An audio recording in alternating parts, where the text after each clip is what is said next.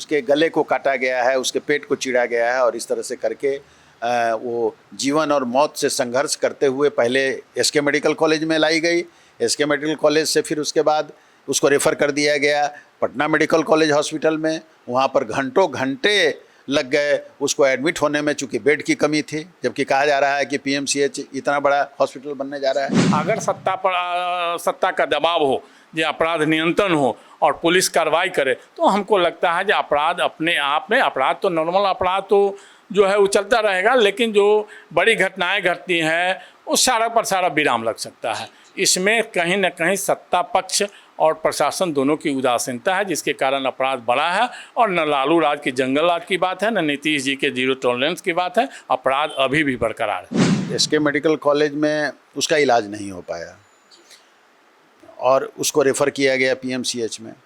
लेकिन वहाँ अगर जो डॉक्टर्स थे उस स्थिति को उन्होंने समझा होता ठीक से कि भाई ये अगर इसको नहीं तुरंत इमीडिएट इसको आईसीयू में ले जाके इसका ट्रीटमेंट नहीं शुरू हुआ तो इसका डेथ हो जा सकता है, तो शायद उसको बचाया जा सकता था।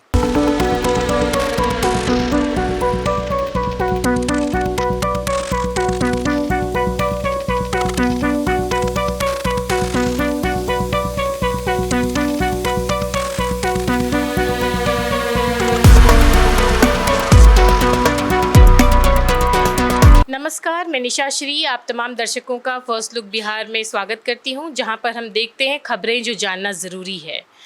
हम देखते आ रहे हैं कि केंद्र सरकार लगातार एक योजना को बहुत ज़्यादा बढ़ावा देती है, वो है बेटी बचाओ बेटी पढ़ाओ। और इससे जुड़ी हमेशा जो जागरूकता अभियान है या प्रोत्साहन के कार्यक्रम हैं वो अक्सर चलते रहते हैं। बेटियों को हमने बचा लिया, उनको पढ़ाने के लिए भी प्रयास कर रहे हैं, लेकिन बेटियां कितनी सुरक्षित हैं, ये हमारे बिहार में जो बीते कुछ दिनों से हम जो खबरें देख रहे हैं, जो कि लगातार हुए हैं, उन घटनाओं के बीच दूरी इतनी कम है, दिनों की दूरी इतनी कम है कि हमें ये समझ नहीं आ रहा कि वो एक घटना है या दो घटना। जब हम इस चर्चा को शुरू कर रहे थे तो हमारे बीच इसी बात की सनसनी थी कि ये एक घटना किस किस तारीख को हुई और क्या इतनी जल्दी जल्दी एक ही क्षेत्र में दो घटनाएं हुई और पुलिस क्या कर रही थी। इन तमाम सवालों का जवाब आज हम इस चर्चा में निकालेंगे। हमारे साथ हमारे विशेष मेहमान हैं। हमारे साथ हैं प्रोफेसर अरुण कुमार सिंह, जो कि राजनीतिक विश्लेषक हैं। साथ में है वरिष्ठ पत्रकार रविंद्र कुमार सिंह जी। आप दोनों का बहुत बहुत स्वागत है। और चर्चा को यहीं से शुरू करते हैं कि एक ही क्षेत्र में इतनी जल्दी एक तरह की घटना, जहाँ पे दो अलग अलग मासूम बच्चियों के साथ इस तरह से दुष्कर्म होता है और फिर कई बार तो मतलब पिछले कुछ दिनों से तो हम देख रहे हैं लगातार कुछ ना कुछ अपराध होते जा रहा है जिसमें कार्रवाई ढुलमुल अवस्था पे रहती है। लेकिन चूंकि ये दोनों मामला थोड़ा ज़्यादा राजनीतिक रंग लेता गया और इसमें जैसे ही हमारे डिप्टी चीफ मिनिस्टर और वहाँ के विधायक, इन लोगों की जैसे वो लोग शामिल हुए, इसमें इंटरफेयर करने लगे, वैसे ही तुरंत इस पर कार्रवाई हुई, अरेस्ट हुए। तो क्या कहेंगे इसके लिए? सबसे पहले प्रोफेसर अरुण कुमार सिंह, हम आपकी ही प्रतिक्रिया लेना चाहेंगे। देखिए, ऐसा है कि जब हम लोग महिला सशक्तिकरण की बात या जो अभी चर्चा आपने किया बेटी बचाओ बेटी पढ़ाओ की बात हम करते हैं, तो हमको एक तुलनात्मक अध्ययन हम करते हैं जो यहाँ सरकार लालू जी के और राबड़ी जी के मुख्यमंत्रित्व काल में सरकार चली थी। और उसमें हम लोगों ने पटना के अंदर देखा था और जो शिल्पी जैन और गौतम की जो कहानी आई थी, जिसमें एक विधायक के घर में उन लोगों की डेड बॉडी मिली थी, जो बिल्कुल करीब करीब नंगी डेड बॉडी थी। आपने देखा कि आईएएस विश्वास थे, उनकी पत्नी चंपा विश्वास को किस तरह से एक विधायक के बेटे ने लगातार 2 साल तक उसके साथ बलात्कार किया था। और उसी के साथ नहीं बलात्कार किया था, उसके यहाँ जो नौकरानी थी उसके साथ भी बलात्कार किया गया था। लेकिन वो आईएएस अफसर डर से किसी को कुछ कह नहीं पाए और अंत में उनको बिहार से जाना पड़ा। तो एक उस परिस्थिति, उस विषम परिस्थिति से नीतीश कुमार ने इस बिहार को आगे निकाला और 2005 में वो सत्ता में आए। और 2005 में सत्ता आने के बाद जो सबसे बड़ा काम उन्होंने किया वो महिला सशक्तिकरण था। वो चाहे लड़कियों को साइकिल देकर हो, लड़कियों को पोशाक देकर हो, लड़कियों को एमए तक की पढ़ाई मुफ्त और वजीफ़े के साथ देकर हो, जो सरकारी नौकरियां थी उसमें 30% का रिजर्वेशन दे के हो, या फिर जो लोकल सेल्फ गवर्नमेंट हमारी थी, जो स्थानीय स्वशासन होता है, उसमें मुखिया, सरपंच या जिला परिषद या नगर पालिका, नगर निगम, उसमें उनके लिए रिजर्वेशन दे के हो। एक महिलाओं को सशक्तिकरण और उनको ताकतवर बनाने का काम नीतीश कुमार ने किया, इसमें कहीं कोई दो मत नहीं है। लेकिन जब से जो महिलाओं के साथ छेड़छाड़ और महिलाओं के साथ रेप या बलात्कार पर जब कठोर कानून बने, खास करके निर्भया कांड के बाद, और उसमें फांसी तक की सज़ा जब निर्धारित हुई, तो एक नया टेंडेंसी हम लोगों ने देखा कि जिसमें अब उसको जिंदा नहीं छोड़ा जाता है। ज़्यादातर केस में रेप करने के बाद उसको मार दिया जाता है ताकि कोई सबूत नहीं रहे, सबूत खत्म हो जाए, वो पहचान नहीं कर पाए। और ये घटना तो घटनाएं पूरे भारतवर्ष में, ऐसा नहीं है कि घटना सिर्फ बिहार में घट रही है। बिहार में इसलिए चिंता का विषय हो गया हुआ है कि यहाँ नीतीश कुमार अभी भी हैं। अगर नीतीश कुमार मुख्यमंत्री नहीं होते तब हम लोग की चिंता नहीं होती, तब तो फिर इसका मतलब है कि हम किसको कह सकते थे। लेकिन नीतीश कुमार का इन चीज़ों पर जीरो टॉलरेंस है और इस सरकार का भी जीरो टॉलरेंस है।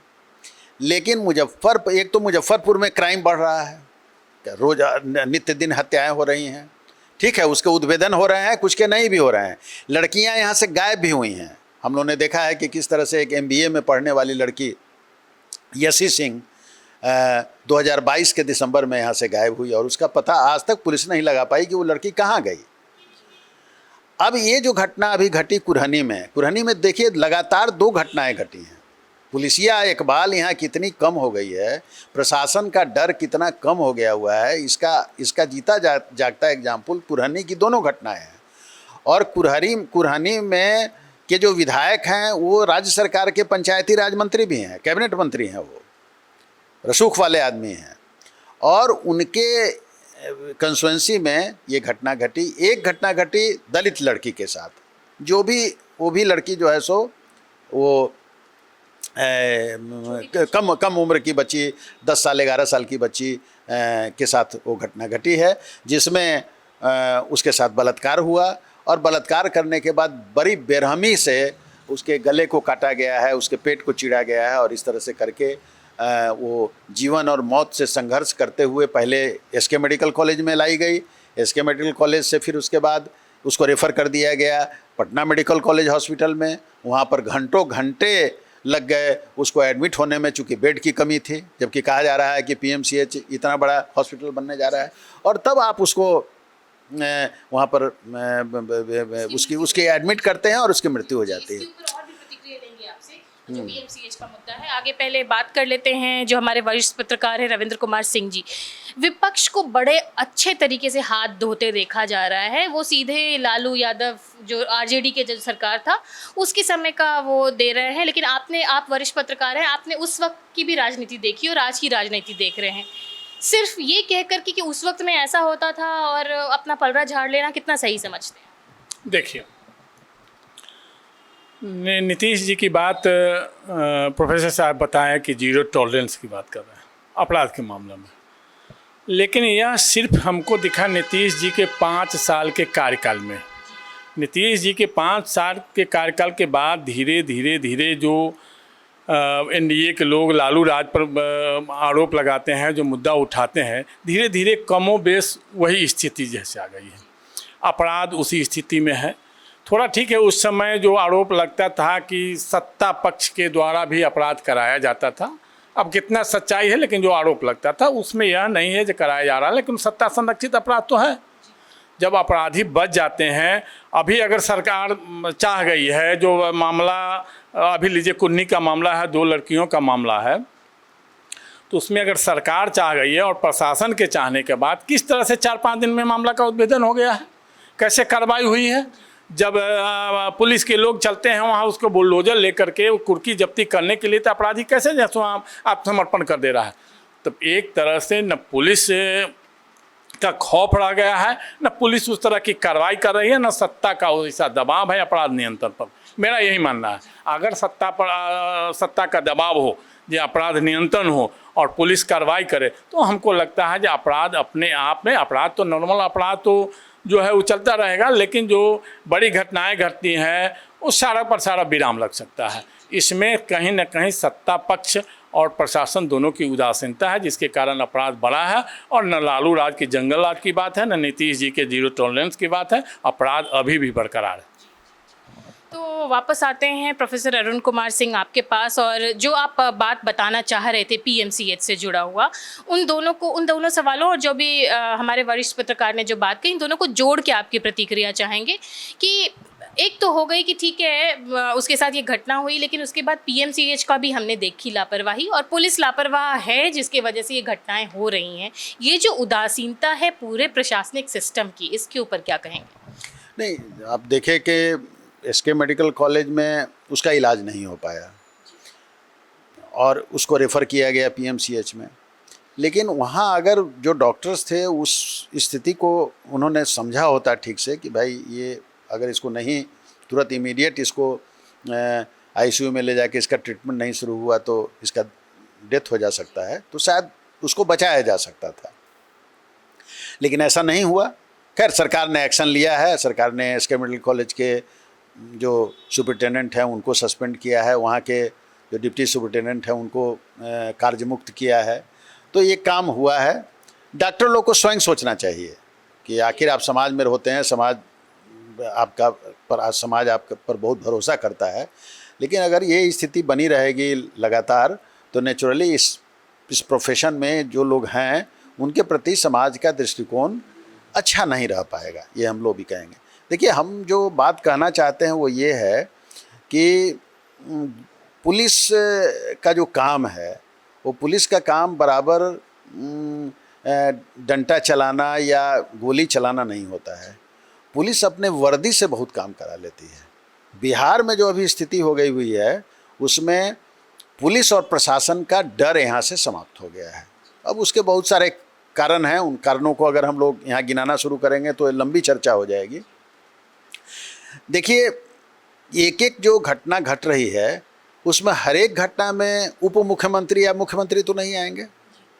दलित लड़की के साथ घटना घटी, जो उसमें जो बहुजन समाज पार्टी के लोग थे उन लोगों ने मार्च निकाला। फिर दूसरी घटना जो घटी कुरहनी में ही घटी, कफेन में। अब देखिए, ये चीज़ों को भी जातीय चश्मे से देखा जाता है यहाँ पर। अब तेजस्वी यादव जब दलित लड़की और को सहनी समाज के लड़के ने जब रेप किया और वो सरेंडर भी कर गया, तो वहाँ तेजस्वी जी बहुत जल्दी दौड़े हुए पहुँच गए देखने के लिए।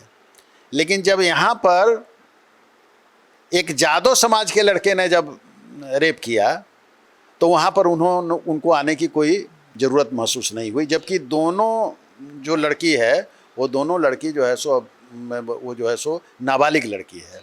और नाबालिग लड़की को आप जानते हैं कि नाबालिग लड़की के साथ अगर रेप होता है, बलात्कार होता है, जोर ज़बरदस्ती होता है तो उस पर पॉस्को एक्ट लगता है जिसमें उसको फांसी तक की सज़ा हो जा सकती है। लेकिन घटना तो दोनों समान है, एक में उसकी मौत भी हो गई है, ठीक है, वो जो है सो वो ज़्यादा दुखदाई है कि उसमें वो बेचारी बच्ची जो आई थी, जो जीवन अपना आगे बढ़ती और ये करती, उसको जो है सो आपने बीच से छीन लिया। तो इसको जातीय एंगल से भी देखने से हमको बचना होगा। पुलिस प्रशासन में भी ऐसे लोग हैं जो इस तरह के एंगल्स को रखते हैं कि भाई अगर दलित है तो बहुत हंगामा मचेगा, बहुत इस पर जो है सो पूरे हिंदुस्तान में मच जाएगा। अगर सवर्ण की बच्ची है तो हो सकता है कि इस पर कोई आदमी इस पर विचार करने वाला नहीं हो, कुछ कहने वाला नहीं हो। तो ये जब तक क्राइम में आप इस तरह के जाति के आधार पर, धर्म के आधार पर अगर भेद आप करेंगे तो निश्चित रूप से अभी कभी भी क्राइम कंट्रोल नहीं कर सकते हैं। आपने देखा इसका उदाहरण कि जैसे ही डिप्टी सीएम ने मजबूती से जब बातों को अपने प्रशासन के सामने रखा कि नहीं, हम आपको 12 घंटे का समय देते हैं, 12 घंटा में हम चाहते हैं कि वो जो है सो सरेंडर करे, जो कफेन वाली घटना है जिसमें मुकेश राय जो ये था, जो भागा हुआ था और जिसके अभिभावक कह रहे थे कि नहीं साहब हमको क्या पता है कि वो कहाँ भाग गया है, कहाँ चला गया है, वही अभिभावक जैसे ही बुलडोजर उसके ढाबा और उसके घर पर पहुंचता है तो वही अभिभावक उसको 1 घंटे के अंदर में खोज के उपस्थित कर देते हैं। तो हम लोगों को एक बात और सोचनी पड़ेगी कि हमको अब आर्थिक दंड से लोग घबराते हैं, तो हमको कानून में ऐसा संशोधन करना चाहिए और उसमें लाना चाहिए कानून कि नहीं, कोई इस तरह का अगर काम करेगा तो हम कुछ नहीं, सबसे पहले हम उसके घर को डिमोलिश कर देंगे। देखिएगा कि अगर घर के डिमोलिश होने में अगर किसी एक ज़िले में 10 घर वो बिना पहचाने हुए कि वो कौन आदमी है, किस जाति का है, किस धर्म का है, अगर उस प्रूव हो गया कि साहब उसने गलती किया है, इस तरह का हीनियस क्राइम उसने किया है, बलात्कार जैसा, तो अगर 10 सिर्फ 5 घर को आप बुलडोजर से ध्वस्त कर दीजिए, देखिए कि यहाँ पर वो बिल्कुल वो चीज़ समाप्त हो जाएगा। तो निश्चित रूप से विचार करना पड़ेगा। लोग आर्थिक रूप से जेल जाना लोग पसंद करते हैं, लेकिन घर तोड़ना पसंद नहीं करते हैं। तो इसीलिए हम लोगों को अब जो रास्ता दिखाया है उत्तर प्रदेश के मुख्यमंत्री ने कि बुलडोजर एक्शन लो, वो निश्चित रूप से भारतवर्ष के लिए लोकतंत्र में एक ज़रूरी होता है कि जनता थोड़ा जो क्राइम करने वाले लोग हैं वो डरें। यहाँ पर उल्टा हो गया हुआ है कि जो सही लोग हैं वो पुलिस से डरते हैं, वो थाने से डरते हैं।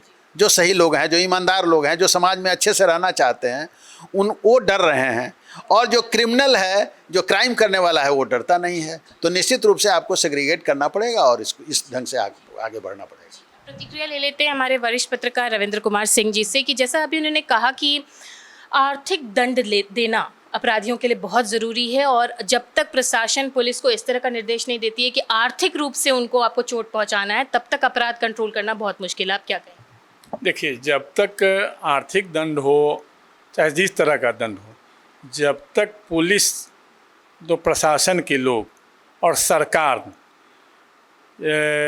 यह गंभीर निर्णय नहीं ले कि अपराध नियंत्रण होना चाहिए, तो जितनी भी जो भी कानून बना दीजिए, उस कानून बनाने से कोई बहुत लाभ होने वाला नहीं है। इसमें पुलिस और प्रशासन को और क्या कहते हैं, सत्ता पक्ष जो सरकार है उसको एक्टिव होना पड़ेगा। जो अपराध नियंत्रण हो, कार्रवाई हो, और कानून बना दीजिए और उसको फरार घोषित कर दीजिए, तो उससे तो नहीं होगा। तो कानून बनाइए तो उसको ठीक है, जैसे एक्शन ले, उसके घर को तोड़ दे। जैसे यूपी में अभी अपराध पर नियंत्रण है, यूपी सरकार ने गंभीर निर्णय लिया है, बुलडोजर चला करके जो वहाँ व्यवस्था टाइट की गई है, उस व्यवस्था में अपराध पर नियंत्रण है। अपराध नियंत्रण के लिए पुलिस और जो सत्ता पक्ष के लोग हैं, जो सरकार है, उनको निश्चित रूप से संवेदनशील होना पड़ेगा। यहाँ मुझे लगता है कि दोनों में कोई संवेदनशील अपराध नियंत्रण के प्रति नहीं है, जिसके कारण अपराध बढ़ रहा है। अगर जब सरकार और प्रशासन के लोग संवेदनशील हो, अपराध नियंत्रण को ठान ले, तो अपराध नियंत्रण तुरंत हो सकता है। जैसे प्रमाण के रूप में आप देखिए ना, अब मुजफ्फरपुर में ही लीजिए, हर महीना लीजिए, कम से कम अगर 100-200 जो घटना घट रही है, उसमें 10 का स्पीडी ट्रायल करा दिया जाए। लोगों में खौफ होगा, जब हम अपराध करेंगे तो हमको जेल जाना पड़ेगा, हमारा घर टूट जाएगा, अपराध नियंत्रण हो जाएगा। लेकिन यह तो होता नहीं है। अक्सर आप देखते होइएगा जो मामले आते रहते हैं कि 90 दिन में जो चार्जशीट जमा करना है, चार्जशीट पुलिस जमा नहीं करती है अपराधी को बचाने के लिए, उसमें उसका जमानत हो जाता है, वो बाहर हो जाता है, केस लड़ते रहिए, यहाँ से सुप्रीम कोर्ट तक जाते रहिए, वो बाहर रह जाता है। इसलिए इसमें अपराध नियंत्रण में सरकार और पुलिस दोनों उदासीन है, जिसके कारण अपराध बढ़ रहा है। त्वरित कार्रवाई की बात कही, जो हमारे वरिष्ठ पत्रकार हैं उनका कहना है कि त्वरित कार्रवाई बहुत ज़्यादा ज़रूरी है। तो प्रोफेसर अरुण कुमार सिंह, हम आपके पास वापस आते हैं और यही जानना चाहेंगे आपसे कि ये त्वरित कार्रवाई फिर कैसे हो, क्या एक्शन ले फिर इसमें? मतलब एक बुलडोज़र एक्शन तो है, लेकिन इसमें तो वहाँ है जहाँ अपराधी पता है, लेकिन कई बार होता है कि हम शंका में रहते हैं। जैसे कुछ जो गोली कांड हुए हैं उसमें हमें पता ही नहीं कि कौन है अपराधी, तो वैसी स्थिति में क्या एक्शन लिया? देखिए, ऐसा है कि पुलिस के पास जितने इस तरह के लोग होते हैं, समाज में क्या है, समाज में मैक्सिमम लोग जो हैं, आप यूँ कहें कि 95% लोग जो हैं वो सही रास्ते पर चलने वाले लोग हैं। 5% लोग ही गड़बड़ हैं, जिसके बारे में पुलिस को उन सभी लोगों के बारे में खबर होती है। थानों में उनका लिस्ट भी होता है। उस लिस्ट में कुछ लोग सुधार करके उस लिस्ट से नाम उनका हटता भी है, और कुछ लोग नए लोग जुड़ते भी हैं उसके साथ। जेल जो है, वहाँ से भी फरमान जारी होता है, जो हम लोग आए दिन अखबारों में देखते हैं कि जेल से, आज भी अखबारों में है कि जेल से आदेश हुआ और किसी को जो है सो किसी शूटर ने किसी को मार दिया। तो इन सारे चीज़ों को देखने की जवाबदेही किसको है? ये तो आप जब लोकतंत्र में जनता के जो चुने हुए प्रतिनिधि हैं उनकी जवाबदेही है। और जो तंत्र है हमारा, जो एक तो हुआ कि जो जनता के प्रतिनिधि हुए, जो मंत्री बनते हैं, मुख्यमंत्री बनते हैं, और दूसरा जो हुआ नौकरशाही उनके पीछे। तो आप मुजफ्फरपुर का ही अगर लें तो मुजफ्फरपुर में दर्जनों IPS अफसर हैं जो यंग हैं, एनर्जेटिक हैं, उनको नए ढंग से उनकी ट्रेनिंग हुई है। तो त्वरित कार्रवाई करने में क्या दिक्कत होती है? ज़्यादातर केसेज में पता रहता है कि इस क्राइम इनके द्वारा हुआ है। तो आपको निश्चित रूप से त्वरित कार्रवाई, देखिए त्वरित कार्रवाई कीजिएगा तो उसका मैसेज जाएगा, और वही कार्रवाई अगर 1 महीना के बाद आप कीजिएगा तो लोग भूल गए रह लेंगे, क्योंकि लोगों की याददाश्त थोड़ी सी कम होती है। तो अब उससे क्या फ़ायदा होगा कि अब जैसे आप बुलडोज़र आपने एक्शन लिया कल, और बुलडोज़र एक्शन के बाद वो आदमी जो है सो तुरंत उसके परिवार वालों ने उसको हाजिर करा दिया, मुकेश राय को, तो उसका मैसेज व्यापक हो गया। कम से कम मुजफ्फरपुर ज़िले में तो मैसेज हो ही गया कि नहीं साहब, पुलिस जो है सो अब बुलडोज़र एक्शन करके और बलात्कार करने वाले को और इस तरह से इसको करने वाले को, तो क्विक एक्शन का प्रभाव भी एक होता है।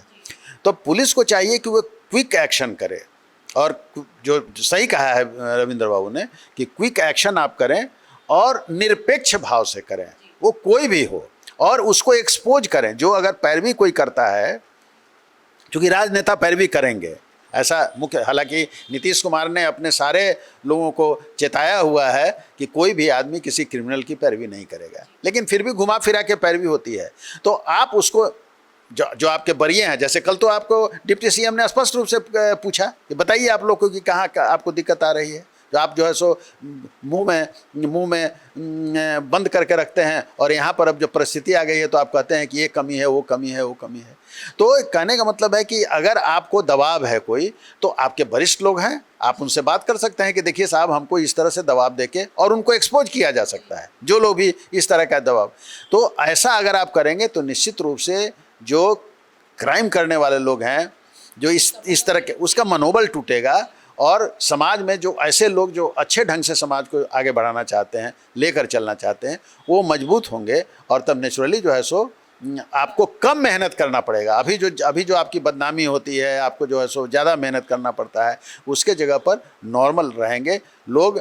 महिलाओं को जब आदर देने की बात आप जब उनकी आदत में डाल दीजिएगा कि नहीं साहब ऐसा नहीं है कि महिलाएं को आप उसी रूप में आप समझें, लेकिन अगर उसको आप आपके मन में, आपके विचार में ही वो बात व्याप्त हो जाएगी कि नहीं साहब वो तो लड़की है, भोग की वस्तु है, रेप हो गया तो क्या हो गया। अगर इस मानसिकता से आप ग्रसित हो रहे हैं, उसमें भी जातीय एंगल से उसको आप देख रहे हैं, उसमें भी धार्मिक एंगल से अगर आप देख रहे हैं, तो निश्चित रूप से कभी भी क्राइम पर कंट्रोल आप नहीं कर पाएंगे और जस्टिस नहीं दे पाएंगे। इस पर एक कंक्लूडिंग स्टेटमेंट हमारे वरिष्ठ पत्रकार रविंद्र कुमार सिंह जी आपसे जानना चाहेंगे। ये जो मुद्दा एक है जो प्रोफेसर अरुण कुमार सिंह ने कहा कि जातीय जो एक आंकड़ा एंगल होता है, जातीय या धार्मिक एंगल, कई बार पुलिस प्रशासन या नेता जाति देख करके विक्टिम को और कल्प्रिट को सजा देने की बात करते हैं या फिर उसे मिलने के लिए जाते हैं। ये कैसे ठीक होगा? एक कंक्लूडिंग स्टेट। देखिए अभी मामला आता रहता है, जातीय आधार पर भी और धार्मिक आधार पर भी। धार्मिक आधार उतना नहीं हम ये कर पाएंगे, लेकिन जातीय आधार पर भी लोग कार्रवाई करते हैं। इक्के दुक्के मामले आते रहते हैं, लेकिन जितने भी, फिर मैं एक बार कह रहा हूँ कि जो अपराध का मूल कारण राजनीतिक भ्रष्टाचार है। अगर राजनीति में चुनाव खर्च के लिए भ्रष्टाचार का लाभ उठाना राजनीतिक छोड़ दे और प्रशासन को उसमें संलिप्त नहीं करे, तो अब 24 घंटा के अंदर में जैसे बताया जाए अपराधी को गिरफ्तार करना, पुलिस जरूर 24 घंटे के अंदर में अपराधी को गिरफ्तार कर लेगी। इसलिए भ्रष्टाचार मूल कारण है। आप क्या कहें, जो नीतीश जी के बारे में सर बार बार कहते हैं, मैं भी कहता हूं कि नीतीश जी का जो 5 साल का कार्यकाल रहा, हमने देखा है उस 5 साल में अगर किसी विधायक के ऊपर कोई FIR के लिए को थाना में आवेदन दे दिया तो FIR दर्ज होना था, लेकिन अब किसी के ऊपर दे दीजिए ना FIR के लिए, जो है दिन रात उसको मतलब उसकी पिटाई किया हो, उसके साथ कोई भी घटना हो, जब तक वहाँ कुछ राशि नहीं देता है तब तक उसका FIR दर्ज नहीं होगा। स्थिति भ्रष्टाचार का यह है। तो नीतीश जी 5 साल ही बहुत टाइट रहे, लेकिन उसके बाद धीरे धीरे राजनीतिक रंग में वो भी आ गए, जिसके कारण ये अपराध बढ़ता चला गया। और लालू राज जो कह रहे हैं, जो लालू राज का भ्रष्टाचार, मैं मानता हूँ जो मिला जुला के भ्रष्टाचार, लालू राज में जो भ्रष्टाचार था आज भी वो भ्रष्टाचार है, और जो अपराध लालू राज में था आज भी वो अपराध है। इस अपराध पर कंट्रोल करने के लिए सरकार और प्रशासन को संवेदनशील होना पड़ेगा, और नहीं तो स्थिति यही बनी रहेगी।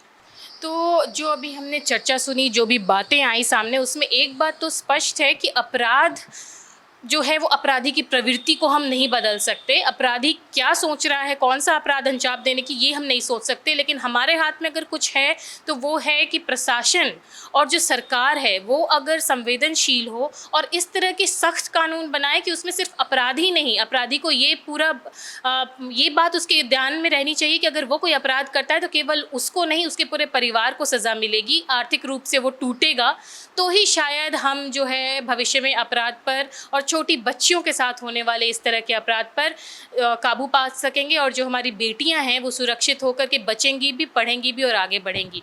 तो ये जो अभी चर्चा हुई, इसको अब हम यहीं पर देते हैं विराम, और हमारे जो मेहमान हैं उनको हम बहुत बहुत धन्यवाद देंगे।